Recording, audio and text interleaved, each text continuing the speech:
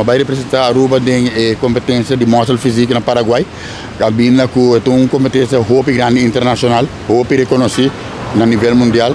Então, pero já, nós vai bom preparado, nós tem a palavra, nós vai decidido para nós botar show. De bela, assim botar em curva e botar um bodybuilder capa. Pero aqui está uma competência de man physique e muscle physique. Dus, que de diferença? A diferença está botar um beach short. Dus, você tem beach body. Dus, não tem nada com isso, em tronco, de pose, não mag de pose de certa maneira. Dus, aqui está mais tanto para o físico de arriba, e vocal, cultura cena, e roupa estética. Dus, e muscle physique está mais lean, mais músculo, comparado com o men's physique. O men's physique está mais tique mais seco, com tique mais lean. E não roupa músculo. Pero muscle physique, você tem, a palavra mesmo diz, músculo.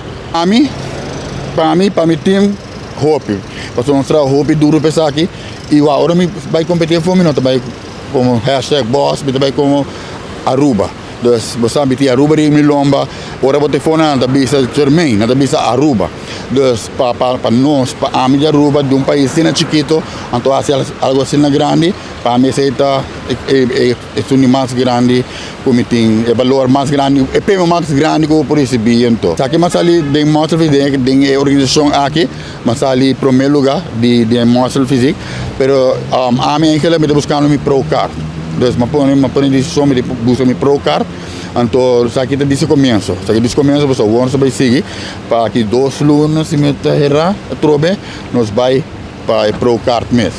Este bom, tem vários de pipeline, tem Colômbia, tem Bahamas, tá decidi me coach qual nós vai, então para nós vai ganhar nos procar para nós virar pro e para ter pro me arubiano.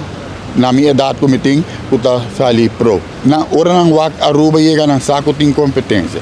Ang saco de competência, ng saco não tá fácil. Porque Aruba sempre que vai for, bem bodybuilder, de man's physique, de muscle physique. Agora que menos tem arubiano que vai indo para Colômbia, competir man's physique, dus nós temos um bom papel. Me agradecer na primeiro lugar Deus, essa aqui é ainda que não tá para mim, isso aqui tá para Aruba.